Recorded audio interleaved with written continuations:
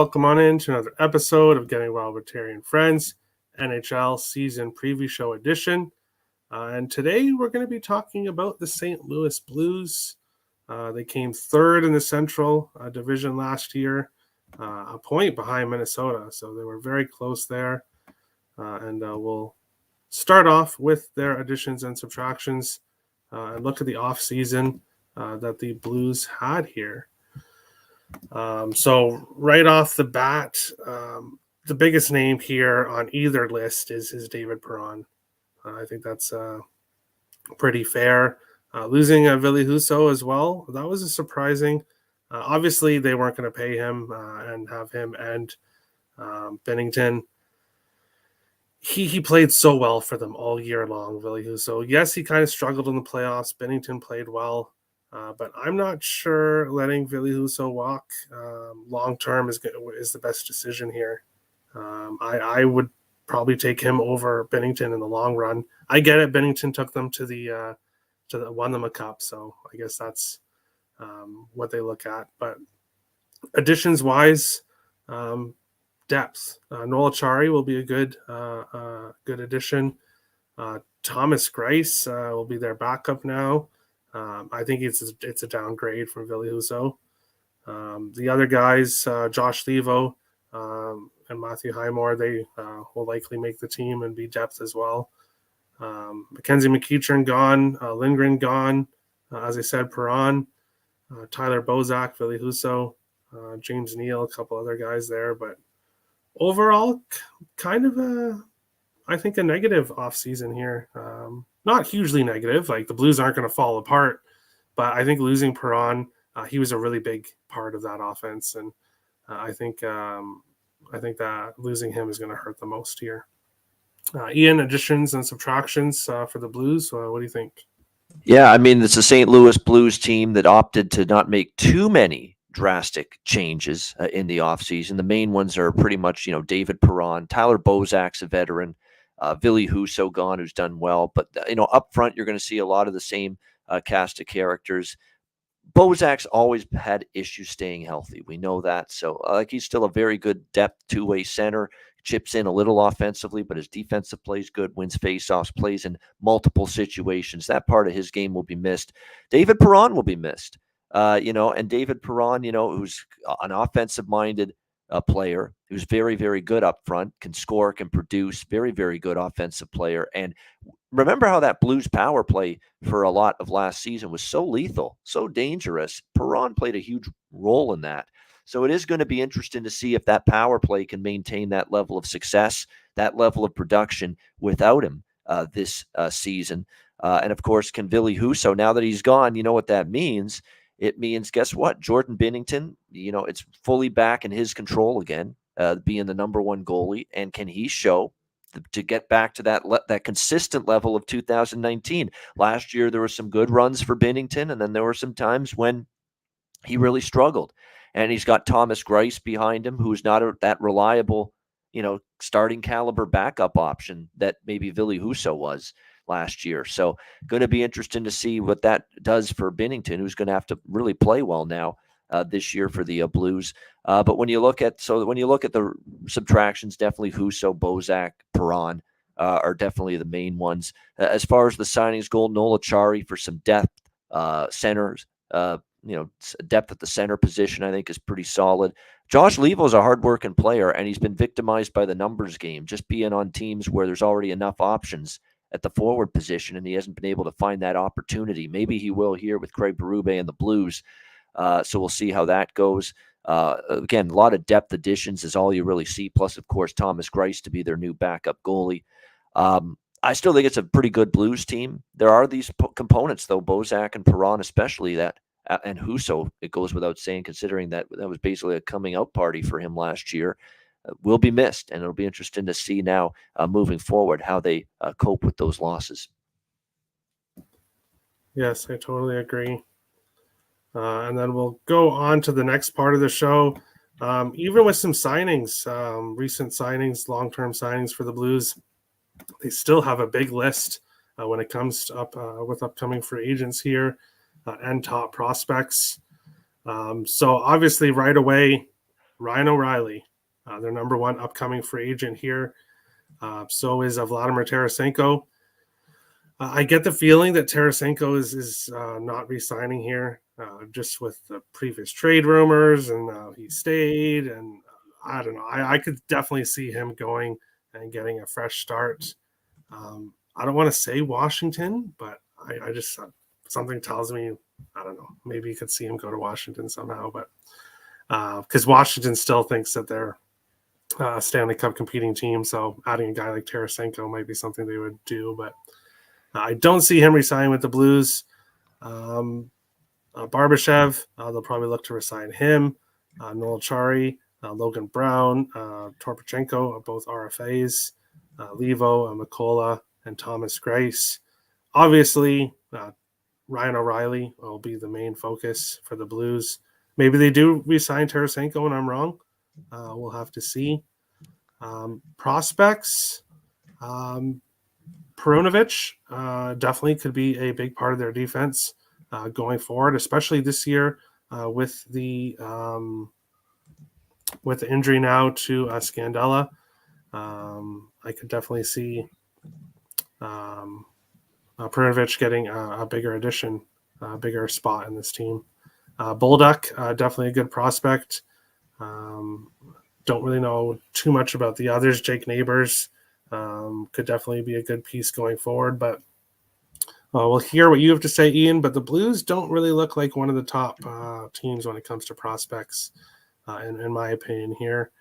What do you think? Prospects, upcoming free agents for the Blues? Yeah, well, they don't have an overly deep prospect pool because of years of playoff teams, years of trying to win a Stanley Cup. Like we've seen so many other teams have that issue. Jake Nabors definitely one of the guys that we've already seen him introduced to the big lineup. But him and Perunovic, as you mentioned, are definitely two players that have already been indoctrinated, if you will, to the St. Louis Blues team. Zachary Bullduk coming off a season where he had 55 goals in the Quebec Major Junior Hockey League with the Remparts, second in that league in goal scoring. Really, really good playmaker, really, really good in terms of skating ability, being able to move laterally, north, south, east, west. Very, very dynamic player. So someone to look forward to moving forward, no question, for the St. Louis Blues. You've got definitely some prospects too in terms of Simon Robertson, Dylan Peterson, that are going to be interesting. And one of those guys was playing overseas in Europe with Skellefteå there in the Swedish Elite League. So some nice offensive, pieces here moving forward. Joel Hoffer, of course, Joel Hoffer, the goalie prospect, who's I think was called up to the Blues ever so briefly last year, got actually a taste of the NHL a season ago. As someone to keep an eye on. They've got, Tyler Tucker, a couple blue line prospects as well to keep an eye on. Jimmy Snuggerud as well, probably relation to Dave Snuggerud. You remember the NHL player from decades ago. I'm sure there's a family connection in there some way. And Alexandri Kaskamaki, someone also to keep an eye on as well for this team, a centerman. And those are always invaluable. You need good center depth. And they've drafted him at the third round this past year's draft. It's going to be interesting. So Snuggerud, by the way, right winger, more of a two-way player, good forechecker, capable offensively, versatile, but is also pretty good without the puck. So it's going to be interesting to see. It's a good two-way forward, someone that they're going to look at long term. So they've got some prospects. The other ones, when you look at it, are depth project type players that aren't, upper echelon, big time blue chip, high ceiling prospects long term. And depth is their biggest concern with this prospect pool. You like Nabors, you like Robertson, Perunovic, and you definitely think Matthew Bolduc could be some kind of player considering his goal scoring ability at the Quebec Major Junior League. But after that, there's a little bit of a drop off. So there is definitely depth concerns with the current prospect pool for the St. Louis Blues. And then in the offseason, man, it's some big decisions that are going to be needing to be made, starting with O'Reilly Auto Parts, their captain, Vladimir Tarasenko, who I wasn't necessarily expecting him to be back with the Blues this year. But sure enough, he ended up sticking around and the Blues kept him. And now you've got to run the risk here of him being a UFA after this season. So, you do run the risk of losing him for nothing unless you trade him before the deadline. But at the same time, why would they do that? They envision themselves as a playoff team and maybe going for another cup. So they have run the risk officially now that Vladdy could walk, O'Reilly could walk. But again, we'll have to wait and see what the offseason does in terms of those potential free agent decisions. Close shave Barbashev. I love this Blues team. They got so many names I can sing and put commercials and put little singing references to. And yeah, Ivan Barbashev's another one. Noel Acciari, who's just signed in the offseason, could be 1 year and then he's gone. Josh Levo is it's all going to be contingent upon if he gets an opportunity and if he makes the most of it. And Thomas Greiss, yeah, another guy that could be one and done because, he's in his 30s now, and he's probably going to have to play at a relatively solid level when he spells Jordan Binnington in order to justify bringing him back. So it's going to be a busy, busy, busy off season for the St. Louis Blues next year, and GM Doug Armstrong. And then meanwhile, you've got a prospect pool that, this team, if they're going to be in the playoffs, they better make the most of it because, again, the prospect pool's been hit by the fact that they've been trading away prospects, trading away draft picks for the last several years in order to contend. Yeah, for sure. Turnsey is happy to where Perron went. Yeah, he should be. That's a nice pickup for Detroit. Yep, that's a nice pickup for them. Nick says the Blues didn't have to make too many moves. They're one of the deepest teams last year with 9 20-plus goal scorers. So, yeah, if that continues this year, one of them's obviously gone with Perron. Nick doesn't know if Tarasenko finishes the year with St. Louis. They may get a ton in return for him.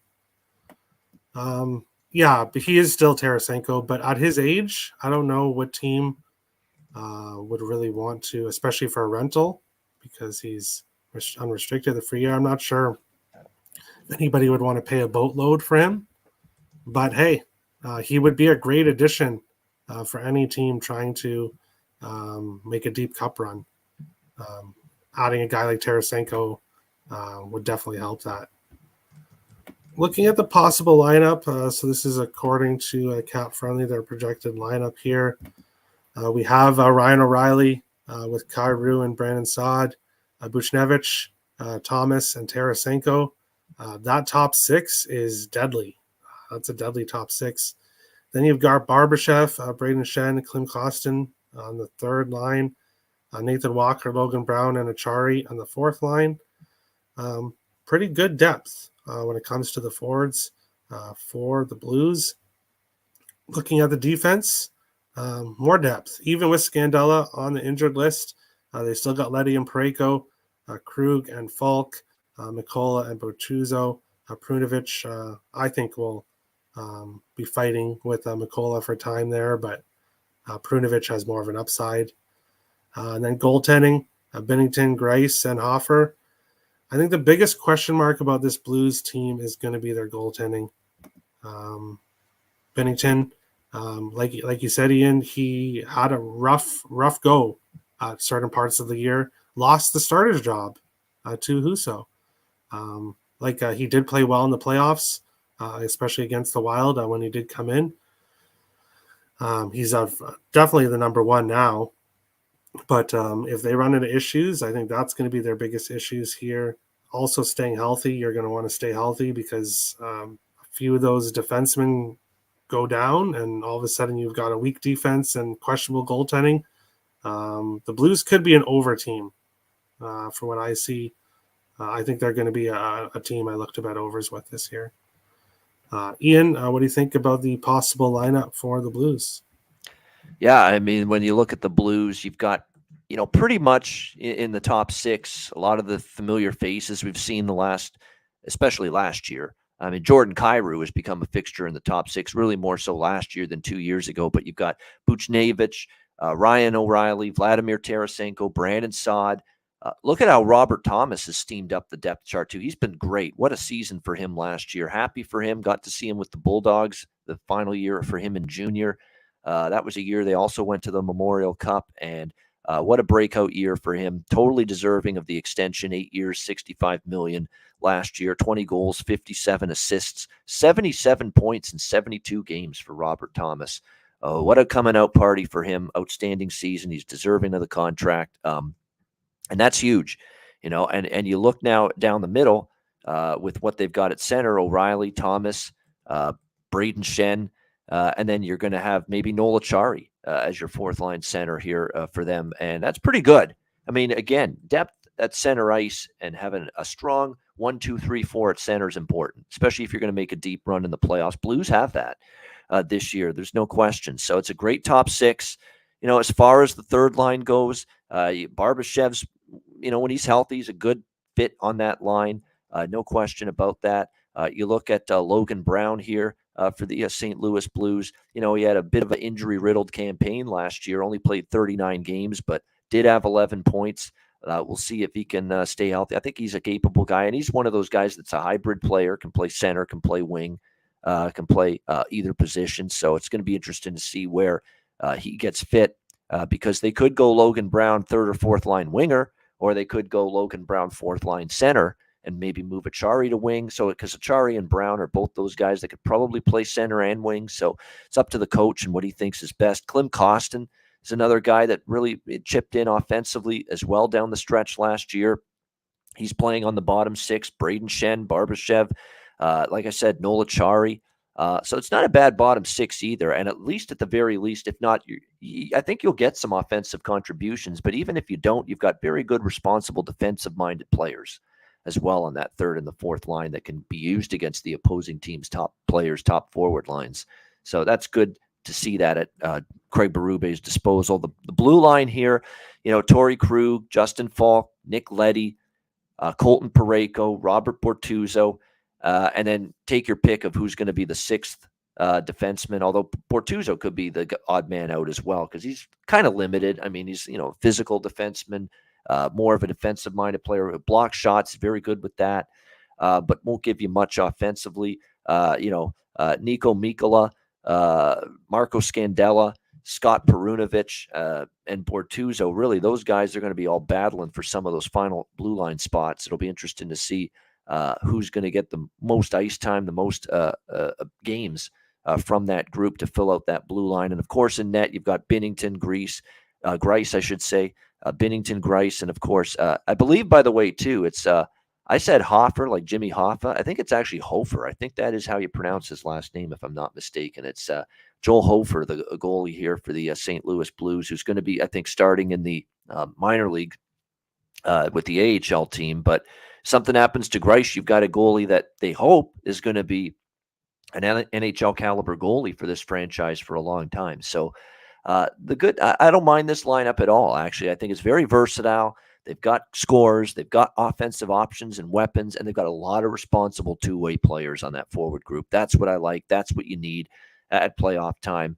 On the blue line, Parayko can still play at a high level. Torrey Krug, can he stay healthy? And we know he can be good. Puck mover, quarterback, the power play. Justin Falk, saw a little decline in his game last year, but capable. Nick Leddy as well, veteran defenseman. Solid blue line. And again, if Binnington plays well, rounds out what's top to bottom, a pretty solid lineup. Yeah, it looks like a playoff roster. As much as I'd like to say Blues are missing the playoffs, I don't have to worry about them.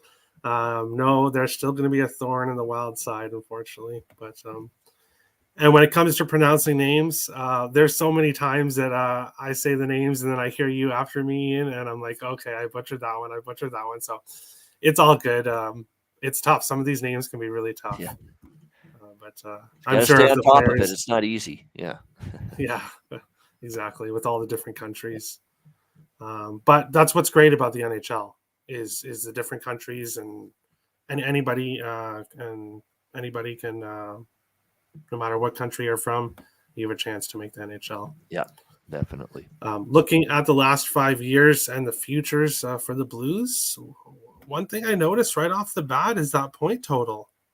It went down quite a bit here. So the Blues 109 points last year, and now it's 94.5. Are they going to make that big of a drop off? I'm not sure. To make the playoffs, I think the Blues make the playoffs. Like I said, as much as I wish I could say they're probably not going to, it would take drastic injuries and really, really bad goaltending But I think even if something happens with the goaltending, they could address it through trade. And the Blues are definitely, with the roster they have, aren't a team that's just going to give in because of some injuries. They would definitely try to trade their ways back in it. So to win the division, to win the cup, Nick mentioned before the show, he wanted me to mention that he likes both of those. He likes the Blues. He's very high in the Blues this year. And they have a very good roster, so I could see it. The point total just it makes me wonder why. Why is it such a huge difference? Is that because of Husso and Perron? Most likely, but as we discussed with the Central Division, it's going to be interesting to see what happens. The Pacific much stronger. We could possibly see most of the teams in the Central take a step back when it comes to point total. So I do think the Blues won't hit 109, but I'm not sure they fall to 93. So no future bets for me on the Blues. No future bets for me. Ian, are there any future bets that you like here on the Blues? Yeah, a little on the over 94.5 and a little on the cup. Just a little. I mean, I honestly don't think they're going to have the horses. And the one thing that's concerning is average age. Probably in terms of average age, this is one of the older teams right now in the NHL. There's no question. And the great, equalizer, I guess, if you will, could be health. You're talking about guys that are now in their 30s. Even Parayko wasn't immune to injury last year, especially along that blue line. Falk and Parayko and Leddy and Krug. That quartet, those are four players I have real concerns about making it through an 82-game season unscathed. All right. As good as I think they are when they're on the ice, can we guarantee that they're going to be on the ice this year for 82 games? That's going to be the big question mark. If they are, it's going to be a solid blue line. If they're not, it could take a turn for the worst. Even same with some of the forwards, that were banged up at times last year. We always saw Tarasenko's another one. Very difficult for him to play 82 games without sustaining some kind of injury along the way. So these are all things that are worrisome for St. Louis. But let's say the team is whole. Let's say the team, avoids injury, stays healthy for the most part. I still have them at least third best team in this division. I still have them ahead of Nashville. I know there's a lot of people going back and forth who's better, St. Louis or Nashville. I'll still take St. Louis. I'll still certainly take their head coach in a heartbeat over Nashville's. He hasn't won a thing, John Hines, and Craig Berube has won a Stanley Cup and led this team to multiple playoff series victories as well. So I still have St. Louis ahead of them. I think they're probably going to finish third. If they really play well and, the health bug doesn't bite them, or the injury bug, I should say, doesn't bite them, they could even challenge your Wild, Terry, for second in this division. That's not without the realm of possibility, but I've got them personally in third behind Minnesota, who will be behind Colorado in this division when it's all said and done. I do think they're going to be in the playoffs, although if they don't catch Colorado, they don't pass Colorado, they don't pass Minnesota, and let's say Nashville has a better season than them, which is, I don't think it's going to happen, but let's say it does, and they fall out of the guaranteed top three in the division to be in the playoffs, that becomes alarming for St. Louis, because then they've got to hope that they finish with more points than that juggernaut Pacific division, where I think both wild cards could come from that Pacific division. So it's very important for the Blues and any team in this division to get to third in the division. Avoid that wild card Russian roulette wheel, if you will, because they could be on anybody in the Central that falls into a wild card, having to win a wild card and doesn't finish top three, they fall victim possibly to missing the playoffs, because that Pacific is so strong, a division that could easily take both wild card playoff spots this year. So, but I do have them finishing third. I do like their point total over, and I do have a small little stance on them to win the West and the Stanley Cup. All right. What, if any, team can you see as an underdog making a surprise upset? I don't want to say, this might be kind of crazy, but something's telling me Seattle, they could really surprise people with how much they improved this year. I have this feeling with Seattle. The only thing I really don't like with Seattle is Hackstall, but I think they're going to be a much improved team. Ian, is there a team that you see as an underdog that might make a surprise upset? I'm just looking at the board right now because I've got some ideas in mind. If Ottawa had better defense, I wouldn't say it's crazy to look at them, but I still have to see that defense and goaltending play well. I think they're a playoff team, but they're going to be able to score goals in bunches, no doubt. But can they defend? Can they get goaltending? I want to kind of look at a team that I think's got a really good chance to make the playoffs.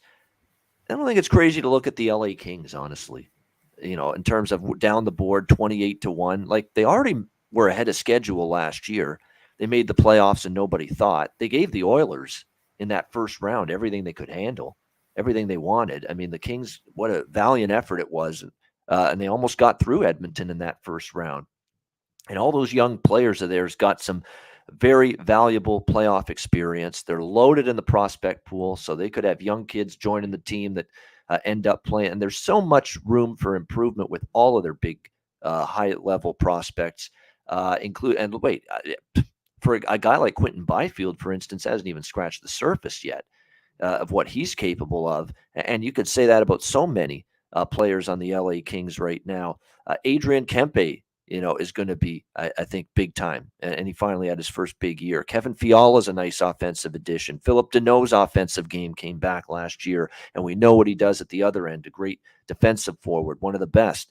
Iafallo is a guy that's still got many good years left ahead of him. Arthur Kaliev started to realize some of his potential. What if Gabe Vilardi, steps his game up? Elias Anderson becomes a bigger factor in this lineup. Carl Grundstrom is someone that was victim of the numbers game in Toronto, but he's going to get more of an opportunity here. Tons of upside on the blue line with Mikey Anderson, and Matt Roy was good. Sean Dursey's already getting so good at a young age. Tobias Bjornfoot, they've got lots of high hopes on him. I mean, it's just a team that's got the potential to grow together and continue to pursue playoffs and Stanley Cups together for years. And they already got a taste of it last year, and they were just nobody even reached their max potential yet last year, and they were still a playoff team, and they still almost knocked off the Edmonton Oilers in the very first round. So, yeah, at that price, the LA Kings is value for sure, win or lose. Yeah, when I mentioned Seattle, I want to make it clear it's not to win the cup. No, I just think they're like a surprise team that might surprise people with how they do. The Kings, I agree with that. They could be a surprise, even for as bad as they were. Anaheim is my surprise team for sure. Of the teams that are, we don't think, or Anaheim could, but I think Anaheim will be improved. I really like that group up front and I've said this on the Anaheim show. Terry and Zegras and McTavish is going to be added to that. I like that they brought in some guys with some playoff experience like Ryan Strome and Frank Vetrano in that top six group. Maxime Comtois is another guy that really hasn't taken off yet at the NHL level. What if that happens? Jamie Drysdale is a great blue liner for a long time to come. Dmitry Kulikov and Klingberg now on this group.